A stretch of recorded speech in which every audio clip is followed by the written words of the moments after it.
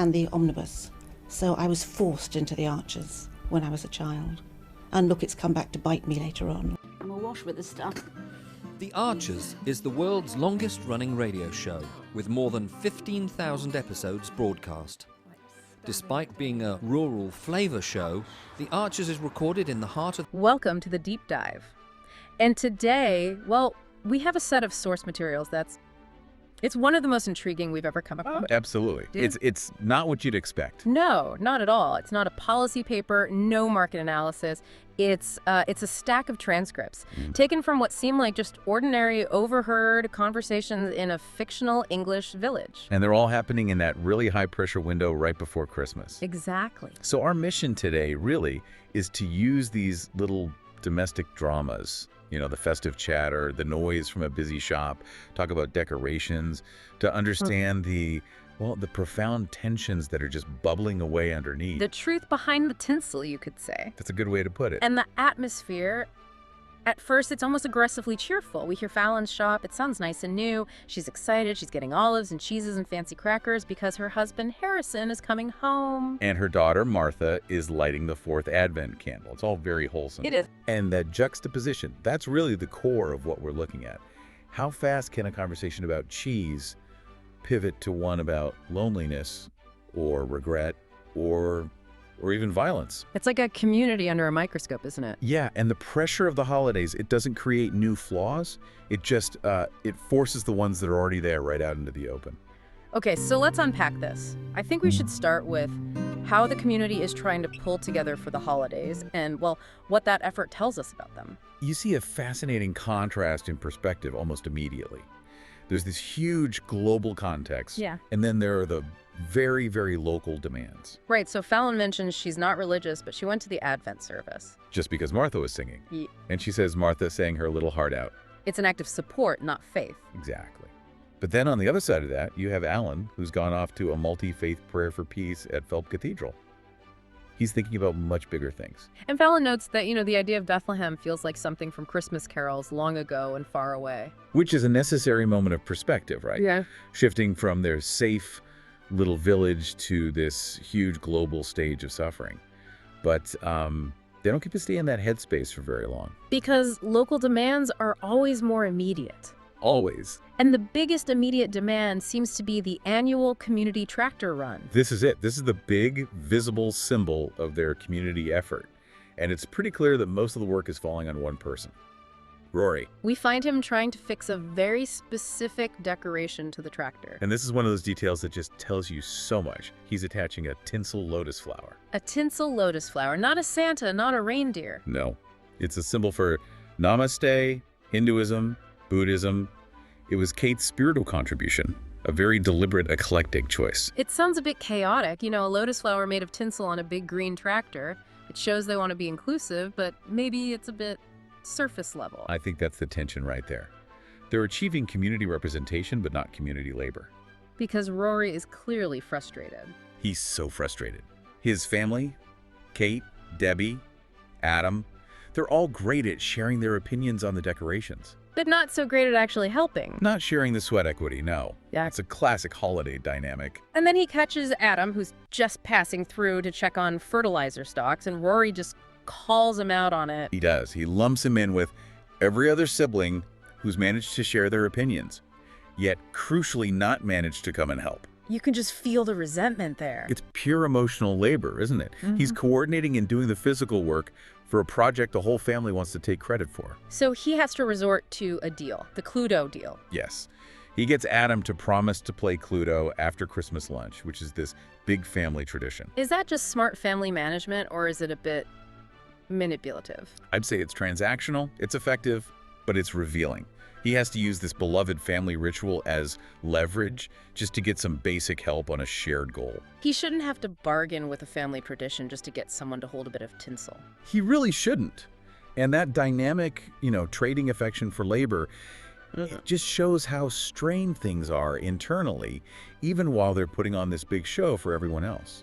So the solution is just more management. Fallon later agrees to find more volunteers, and they're going to make Adam piloting chief.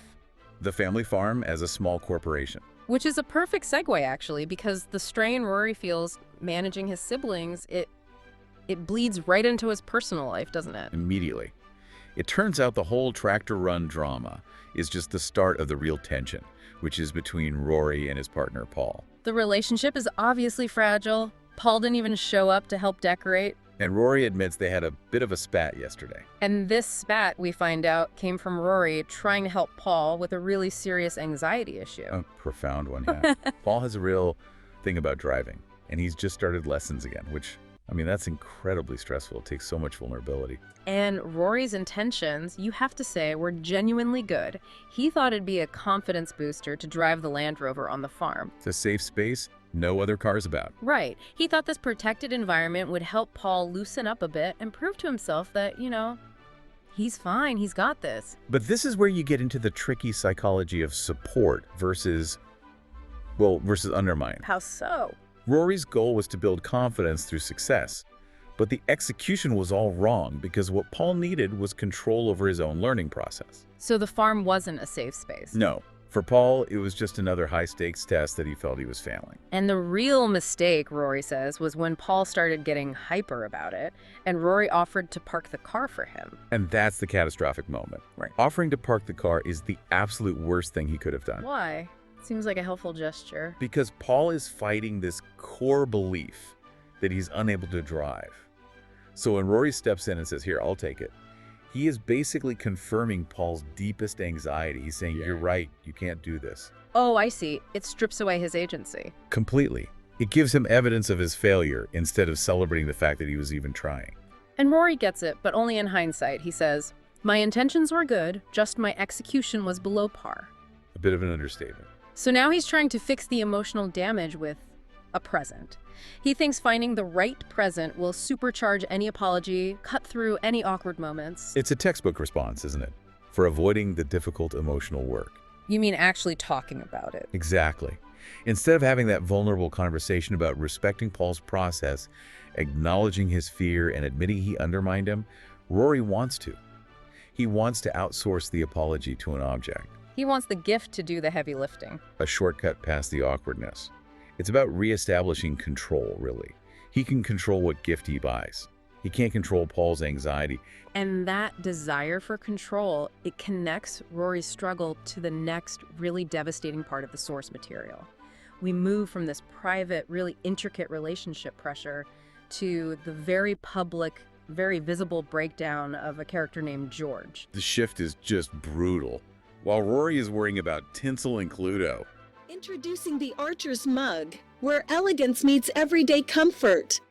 Crafted from premium white ceramic, designed with vibrant peekaboo colors inside, simple, modern, and stylish. Start your day the Archer's way, with warmth, familiarity, and the comfort of voices you've come to love. As the stories unfold on the Archers, let this mug become part of your daily ritual, a small reminder of life in Ambridge. Practical for every home, dishwasher and microwave safe. Available in 2 sizes, 11 ounces and 15 ounces, designed to fit your lifestyle. Enjoy your favorite drink in a mug that connects you to Britain's most beloved countryside story, The Archers. For more information, and to order your very own The Archer's Mug, follow the link below and make it part of your daily routine. George is, well, he's in a totally different kind of crisis. The first sign we get is when he buys the big one from the shop, the cheapest, biggest bottle of vodka. And then Fallon finds him later, and the location is just, it's so bleak. He's drinking it alone on the roundabout in a kid's playground. He's trying to be isolated, but he's doing it in a place that's meant for communal joy. It's like he's daring someone to notice him. A cry for help that's disguised as self-destruction.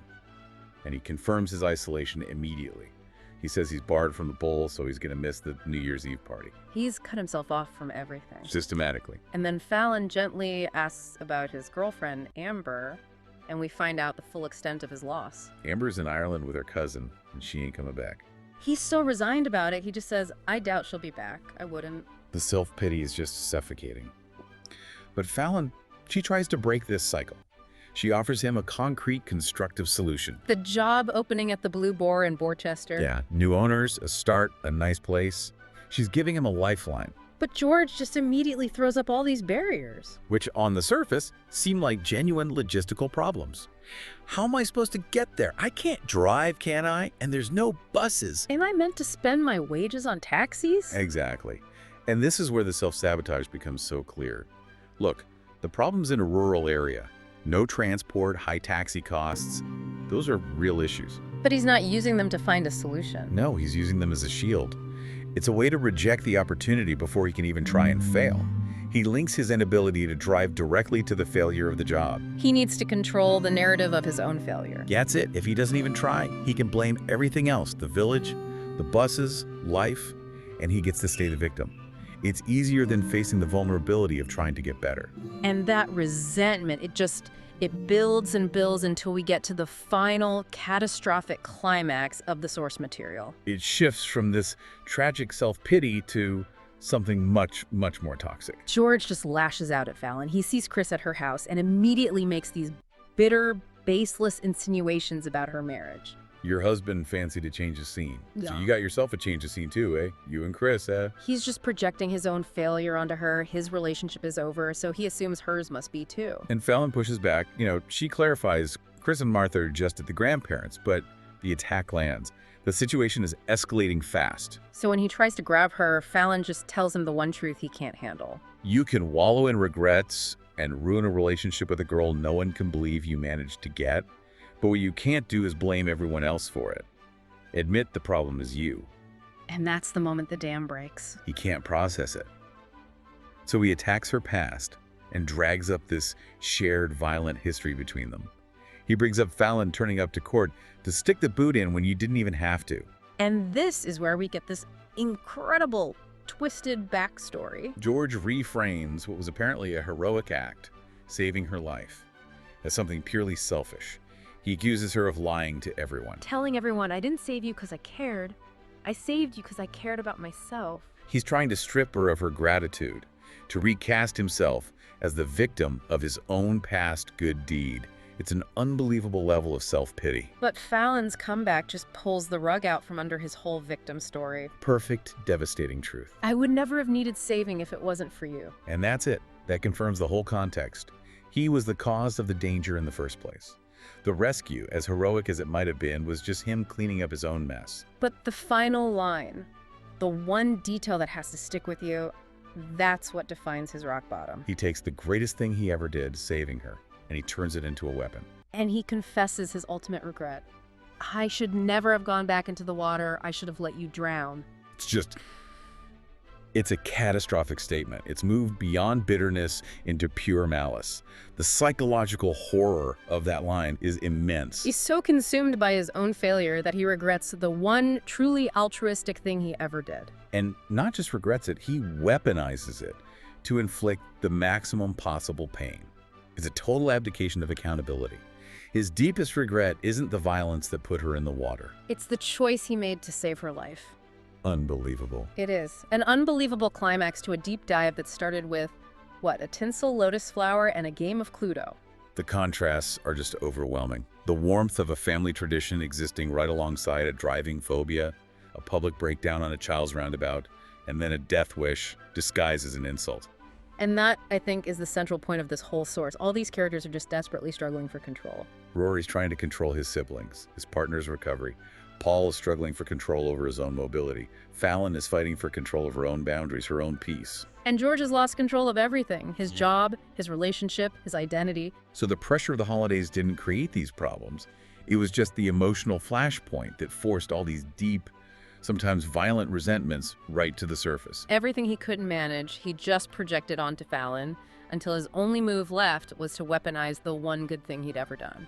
Which leaves us with a final and, I think, a really provocative question to think about that comes directly from this material. Go on. We heard George say it clearly, that his biggest regret was saving Fallon's life.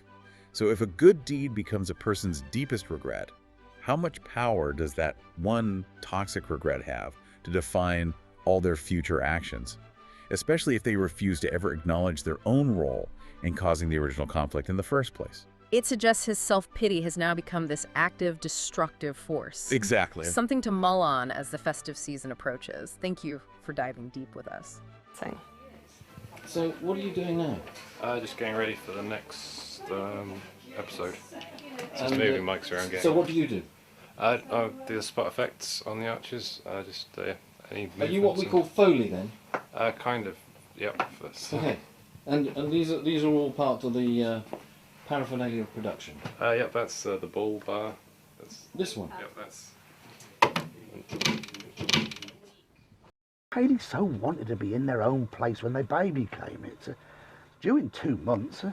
Not much chance of that now. No. I mean, it would have been a stretch for them financially, mind, but I just wish there was something practical I could do to help them, Caroline. I think The Archers has had this immense popularity over the years, basically because it has always very accurately reflected the reality of life and living in a rural community at whatever